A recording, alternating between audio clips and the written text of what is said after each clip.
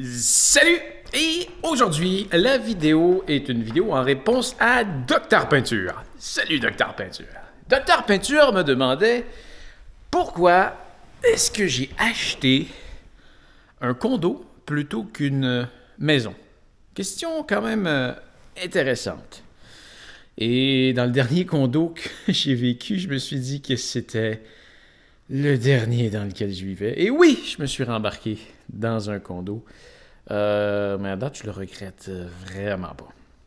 Ce qui m'attire dans un condo, hein, chacun a ses avantages et ses inconvénients, mais ce qui m'attire personnellement d'un condo, d'une copropriété, c'est le fait que j'ai pas à me soucier de l'entretien.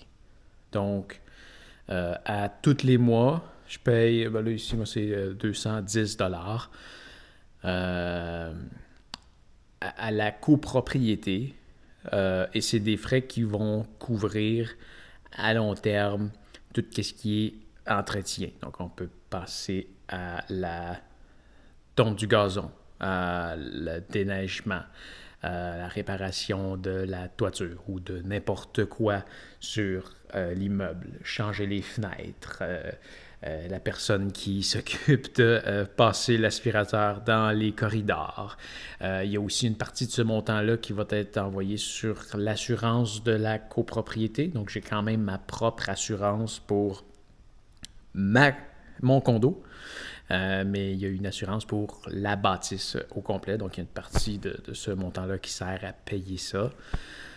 Donc, je paye à tous les mois un montant qui fait en sorte que moi, je n'ai pas à me soucier de rien de ça. Il y a quelqu'un qui s'en occupe. J'ai remarqué avec le temps, c'est ma 3e copropriété ici. La première, ça allait super bien. C'était 9. On était 12. Peut-être que ça allait super bien parce qu'il n'y avait rien à faire. il y avait vraiment rien à faire. C'était 9. C'était 9. C'était bien. Il y a probablement des bobos qui vont ressortir plus tard. Peut-être qu'ils ne mettaient pas assez d'argent de côté. Là, quand on parle d'argent de côté, il y a ce qui s'appelle un fonds de prévoyance. Donc, là, moi, mon 210 $ que je donne à tous les mois, il y en a qui servent à payer des affaires à tous les mois, comme la personne qui passe l'aspirateur, la tondeuse, ce genre d'affaires-là. Et il y a de l'argent qui est mis de côté pour les plus gros travaux, comme je parlais tantôt, la toiture, changer les fenêtres, ces affaires-là. Donc, c'est de l'argent qui est mis de côté pour éventuellement, quand on va arriver à faire ce genre de travaux-là, on n'aura pas un montant astronomique à sortir de nos poches. Techniquement, le montant devrait être déjà de côté. Ça arrive. Il peut y avoir des cotisations spéciales. Je viens d'en avoir une. Ça m'a coûté, je pense, à peu près 350 $. Là, ça avait été voté avant que j'arrive. Je ne sais pas exactement c'était pourquoi. C'est pas grave. Mais oui, ça peut arriver de temps en temps s'ils disent « Ouais, on a quelque chose à faire, faudrait pas trop toucher au fonds de prévoyance, on va faire une cotisation spéciale. » Mais tu sais, peu importe, quand tu as une maison, des dépenses d'entretien, tu dois en faire aussi. Et là, la différence, c'est que ça sort tout de ta poche. Donc, vraiment, de mettre de l'argent de côté, c'est correct, c'est bien correct. Mais oui, donc à 12, ça allait bien. Le dernier où est-ce que j'ai été, on était 4. Ça, là, plus jamais. Touche jamais à ça. Un quadruplex en condo, là, touche pas à ça. L'idée, c'est parce que, comme je disais, moi, ce qui m'attire dans un condo, c'est que j'ai pas à m'occuper de rien. Par contre, il faut qu'il y ait des personnes qui s'en occupent. Et quand t'es 4, t'as comme pas le choix de faire de quoi. Et finalement, t'as pas le choix de faire de quoi, t'as pas le choix de t'en occuper, mais tu dois aussi le faire en t'entendant avec les autres. Ici, on est 54. Donc, j'ai pas encore eu mon assemblée, ma première assemblée annuelle, mais on va tous se rencontrer. Il y a des décisions qui vont être prises, on va voter, et voilà. majorité l'emporte.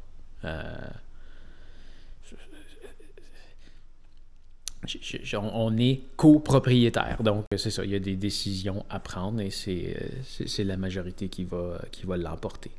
Il y a des décisions qui ont été prises avant que j'arrive qui font en sorte que ici, on n'a pas le droit de fumer à l'intérieur, même à l'intérieur de son unité.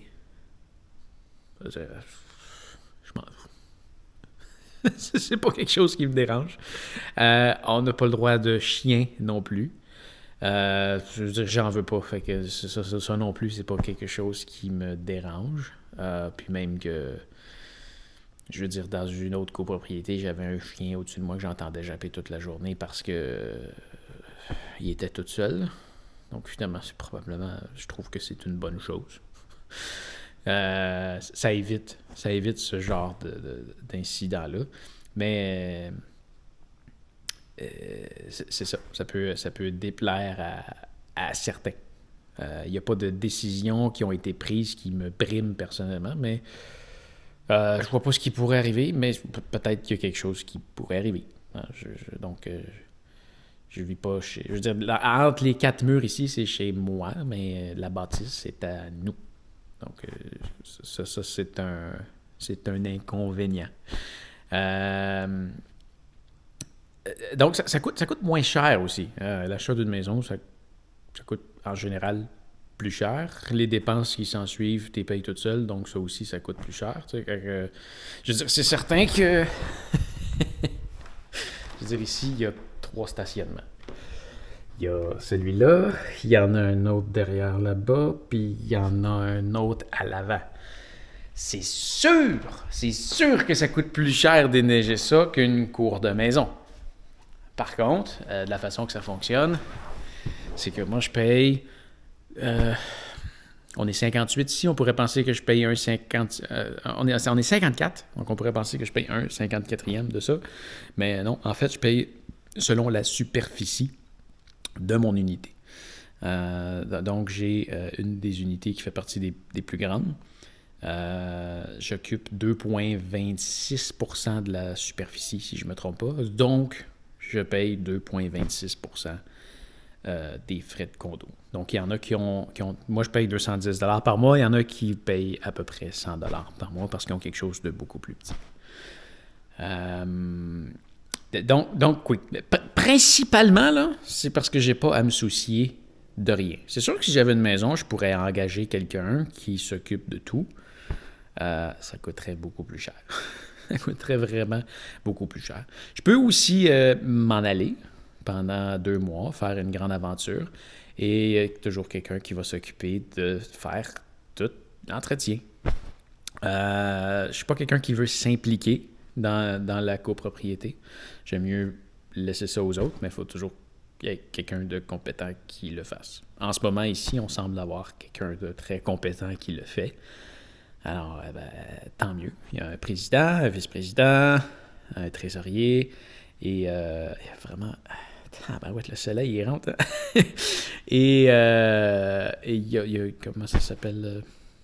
Il y a d'autres personnes qui s'occupent d'exécuter aussi, là, comme le concierge ou ces personnes-là.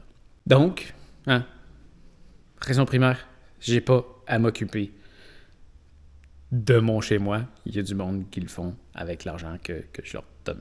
Donc, prends mon argent et arrange-toi avec mes troubles. C'est la chose qui m'allume le plus. Comme je disais tantôt, il faut que tu t'assures qu'il y ait un fonds de prévoyance assez élevé. Parce que si je prends, par exemple, l'ancien où est-ce que je suis arrivé, l'ancien où est-ce que j'ai vécu, ça, c'était de la merde. Ça, c'est le fameux quadruplex. Là, il y avait 2 syndicats. Un syndicat de copropriété et un syndicat horizontal.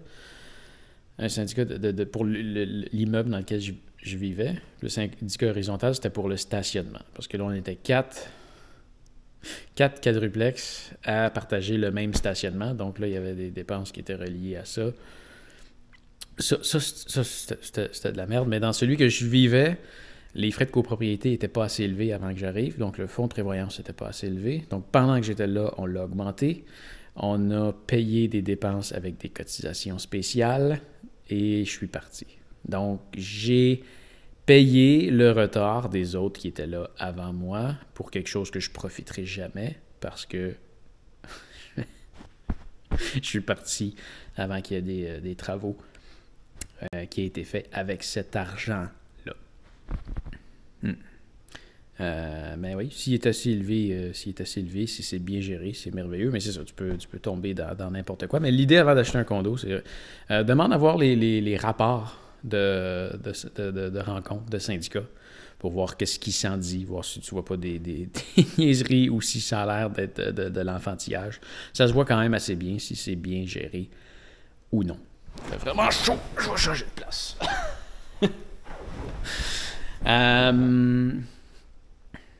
Ouais. Sinon, c'est sûr que tu peux louer aussi. Hein, quand tu loues, tu n'as pas à t'occuper de rien.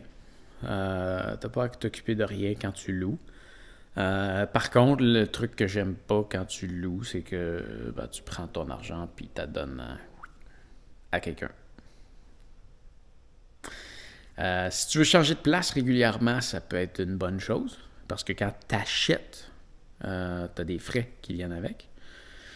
Tu vas avoir les taxes de mutation à payer, tu vas avoir tes taxes scolaires et municipales à payer à chaque année, plus tout l'entretien que tu dois mettre dedans, plus si tu vends par une agence, tu vas payer un pourcentage sur ta vente, qui est souvent beaucoup trop élevé pour le travail que la personne fait, à mon avis. Ben, si tu prévois rester là un certain temps, moi j'adore l'option d'acheter parce qu'en général aussi c'est une belle forme de placement. Donc la valeur de ce que tu as acheté augmente d'année en année et techniquement quand tu le revends plus cher que tu l'as acheté. Donc au final tu fais de l'argent. Oui, je paye des intérêts à tous les mois, mais tu vois en ce moment j'ai déjà payé plus d'un tiers de l'endroit ici. Mensuellement, ça me coûte vraiment moins cher que ça me coûterait de le louer. Même si je paye en ce moment, je pense à peu près 130$ en intérêt par semaine. Ouais. Mais c'est ça. Autre désavantage, t'as des voisins. T'as des voisins qui habitent dans la même immeuble, donc c'est certain que parfois tu les entends. Il peut y avoir du monde qui marche sur ton plafond parce que c'est leur plancher. Ici, pour vrai, ça va bien. Ça va vraiment bien. Tu sais, des fois, je peux entendre du monde qui marche dans le corridor. Mais d'une unité à l'autre, là, j'entends pas grand-chose. Ça va vraiment bien. Mais oui, des fois, j'entends des bruits de pas en haut. Mais ça va vraiment bien. Je pense que tu avais d'autres questions de mixer à ça. Mon cher docteur Peinture. Tu me dis que tu ne connaissais pas Remax. On était dans un échange de commentaires. Et je vois aussi que ça existe aussi, mais pas pour ma région. Remax, Remax, ici, c'est pas mal le plus gros courtier immobilier. Je pense qu'ils en font un peu partout dans le monde, mais j'ai l'impression que c'est beaucoup, beaucoup plus connu ici. Ici, d'après moi, il y a au moins la moitié de tout ce qui est vendu par Remax.